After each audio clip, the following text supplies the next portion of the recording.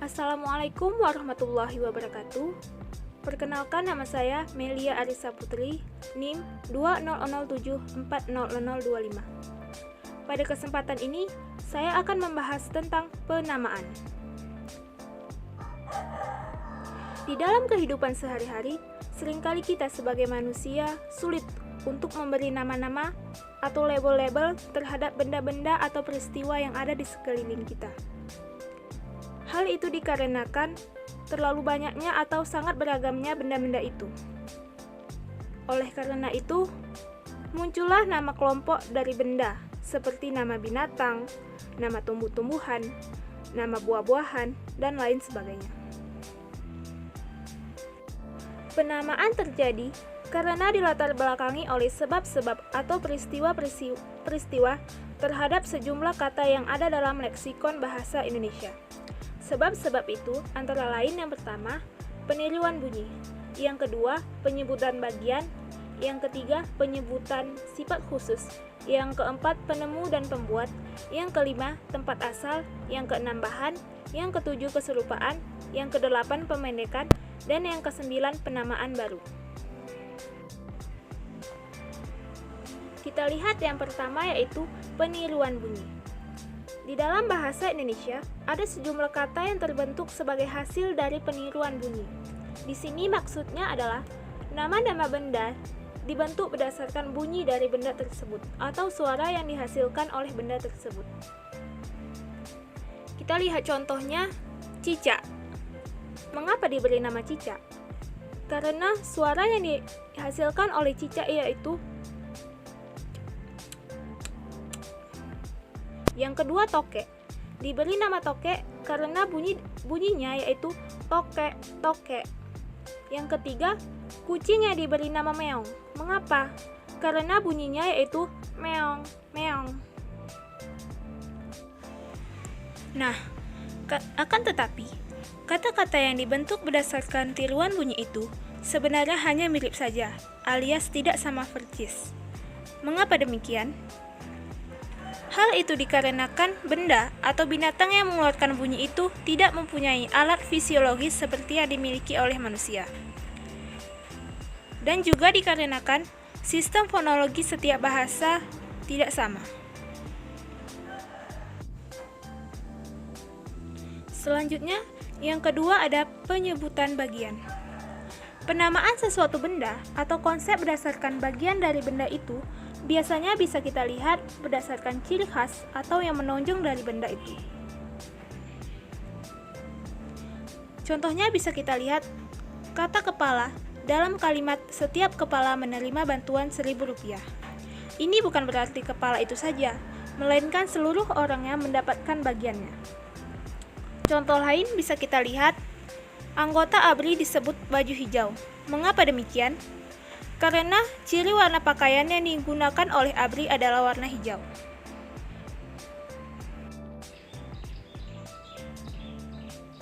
Nah, selanjutnya yang ketiga ada penyebutan sifat khas. Perkembangan berupa ciri makna yang disebut dengan kata sifat itu mendesak kata bendanya. Karena sifatnya yang sangat menonjol, akhirnya kata sifatnya itulah yang menjadi nama bendanya. Kita lihat contohnya, orang yang sangat pelit disebut si belit. Mengapa demikian? Karena si pelit itu mempunyai sifat yaitu pelit. Yang kedua, orang yang bertubuh kecil atau tidak dapat tumbuh menjadi besar disebut si kerdil. Dalam dunia politik, ada istilah golongan kanan dan golongan kiri. Golongan kanan itu untuk menyebutkan bagian golongan agama, sedangkan golongan kiri itu untuk menyebutkan golongan komunis.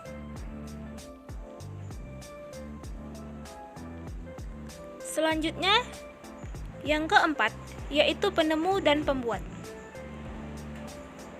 Di dalam bahasa Indonesia, banyak nama-nama benda yang dibuat berdasarkan nama penemunya. Contohnya yaitu, kita lihat yang pertama, mujahir. Mujahir adalah nama sejenis ikan air tawar yang ditemukan dan kemudian diternakkan oleh seorang petani yang bernama Mujair, tepatnya di Kediri, Jawa Timur. Yang kedua, volta. Volta adalah nama satuan aliran listrik yang diturunkan juga dari nama penciptanya, yaitu seorang sarjana fisika bangsa Italia yang bernama Volta.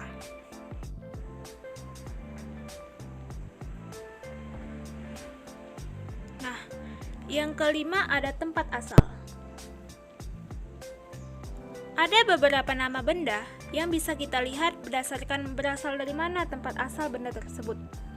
Contohnya seperti ini, kata magnet. Kata magnet berasal dari nama tempat, yaitu Magnesia. Kata sarden. Kata sarden berasal dari nama pulau Sardinia di Italia. Dan kata kenari yang berasal dari nama pulau Kenari di Afrika. Selanjutnya, yang keenam ada bahan. Ada sejumlah nama benda yang diambil dari nama bahan pokok benda itu. Contohnya kacamata. Disebut kacamata karena kaca adalah nama bahan kacamata tersebut. Yang kedua, bambu runcing. Bambu runcing dibuat dari bambu yang ujungnya diruncingkan sampai tajam. Bahan yang digunakan di sini yaitu bambu.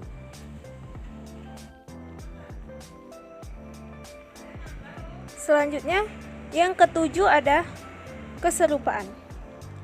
Dalam berbahasa, banyak kata yang digunakan dalam suatu ujaran yang maknanya dibersamakan dengan makna leksikal dari kata itu. Contohnya, kata kepala pada kepala kantor, kepala surat, kepala paku, dan kepala meja.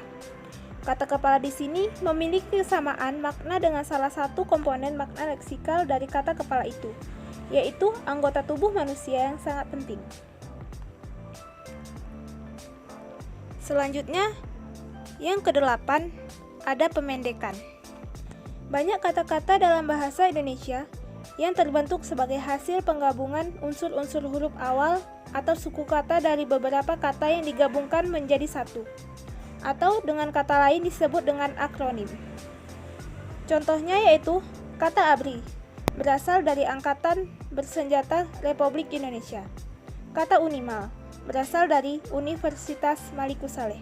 Kata sembako berasal dari 9 bahan pokok. Yang terakhir ada penamaan baru. Banyak kata atau istilah baru yang dibentuk untuk menggantikan kata atau istilah lama yang sudah ada. Contohnya seperti ini. Kata pelancong. Kata pelancong diganti menjadi kata wisatawan. Kata kuli atau buruh diganti menjadi kata karyawan. Dan kata pelayan diganti menjadi kata pramudiaga.